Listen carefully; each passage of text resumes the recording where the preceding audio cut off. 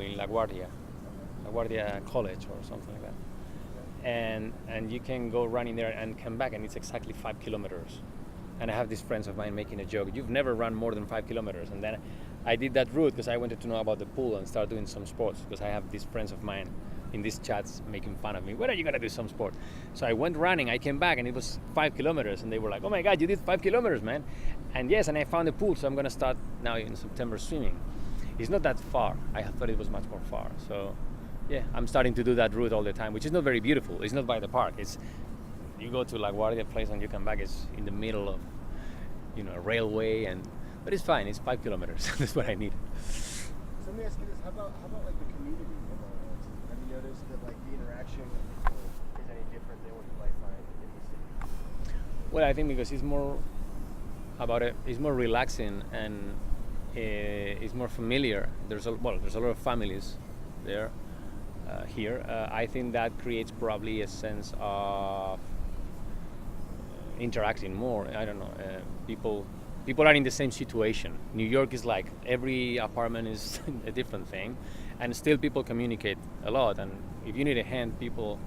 I like Manhattan. I like New Yorkers, but we're very individualists. And here in Long Island City, is people with families.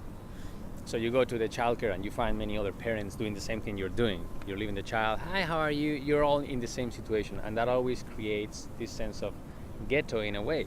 That's how ghettos are created. Oh, you came from Italy. Me too. Me too. Me too. And that's how they get together. Well, this can be part of what's going on in Long Island City. Many parents are seeing their children get together and become friends, so they become friends. At the end, they are all in the same thing. It's people in their 30s, 40s, with little children. So, yeah. How do you sleep tonight? Well, it's the same things we're going through.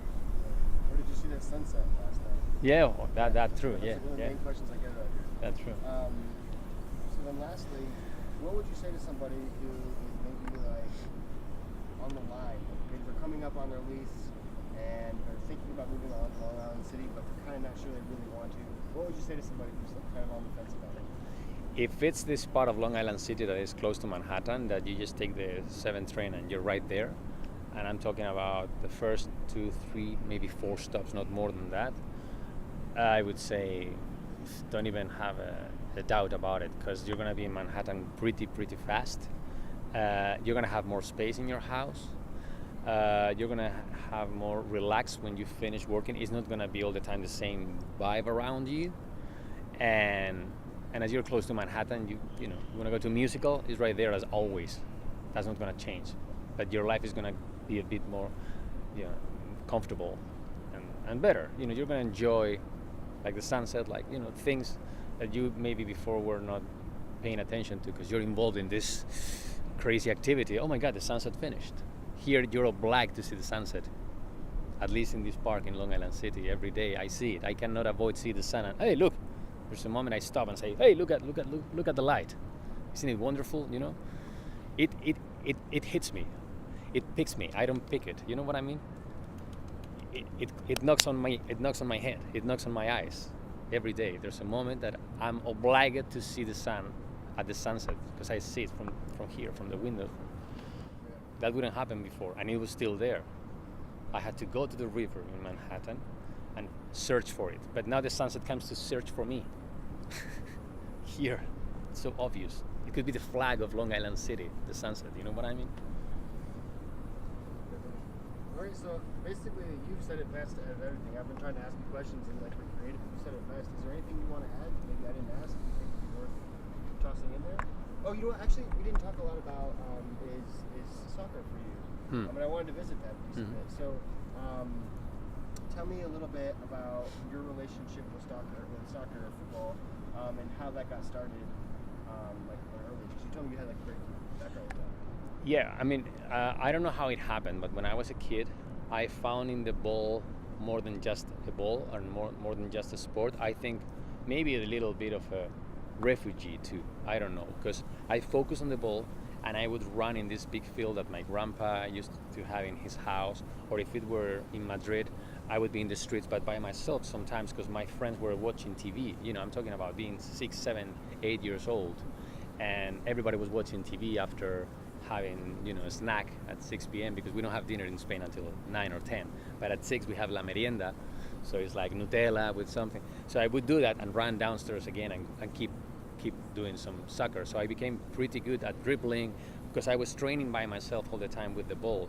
So I developed this relation of it was just me and the ball. It became kind of a friend, I don't know. And I used to do that in a big field.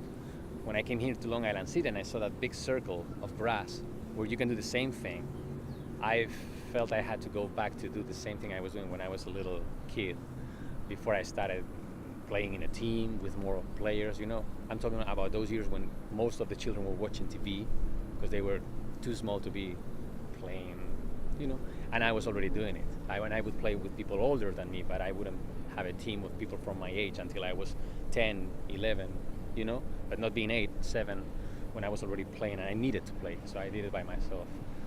So I developed this relation with sports, and it coincided with the World Championship in Spain. It was in 1982 when I was 6 years old. So I was so excited with soccer. Yeah. That's cool. So then you mentioned earlier something along the lines of it being a dream of playing Statue of Liberty in the background. You mentioned something along those lines. No, the Empire State. The Empire State. Yeah. Right. Well, I love the Empire State. You know, I asked my wife to get married with me at a place where you could see the Empire State, and it was very cloudy.